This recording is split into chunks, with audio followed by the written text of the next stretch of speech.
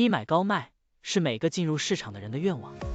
动态平衡持仓就是解决这个问题的。举个例子，就是保持现金和股票始终是50%比50%，当价格下跌的时候就买入一些，当价格上涨的时候就卖出一些。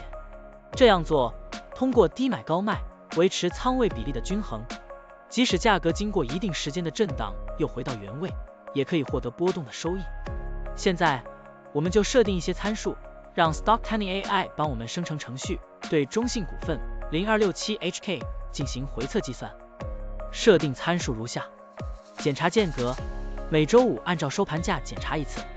价格梯度，每变化10%就启动买入或者卖出操作；运行时间从2023年1月1日到2024年4月30日；交易手续费设定为0.30%，这样设定节省了盯盘的时间和操作次数。好了，按照上面的设定，程序运行的结果是累计交易9次，期末持仓价值96898.18元，盈利负3.10%，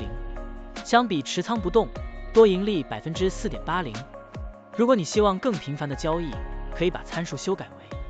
持股仓位70%，每天按照收盘价检查一次持仓，每变化5%就进行平衡，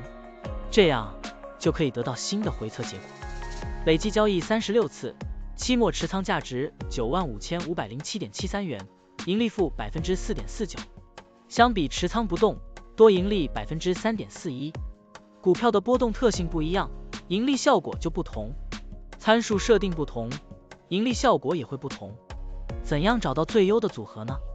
请评论区留言，让 Stocktunny AI 来帮助你。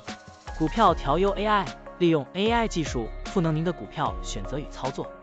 本站内容不构成对任何人的投资建议，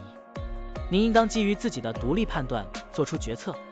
扫描二维码获取文字稿，欢迎点赞、评论、转发。